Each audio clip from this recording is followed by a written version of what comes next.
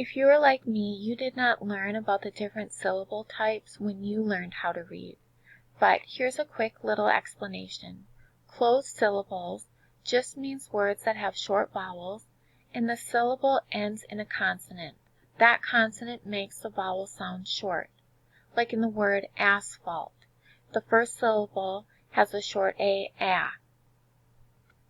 Open syllables have a long vowel sound. They say their name, meaning that the syllable ends in a vowel, therefore making it make a long vowel sound. An example is table.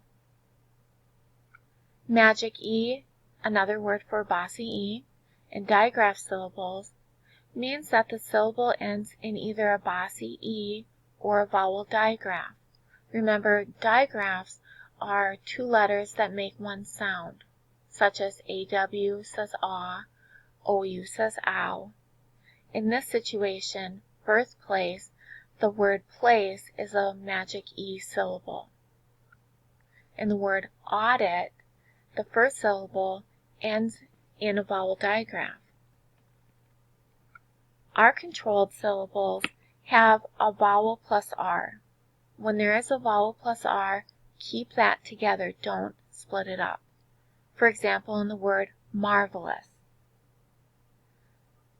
The schwa syllable has a vowel sound where the vowel does not make its long sound or short vowel sound.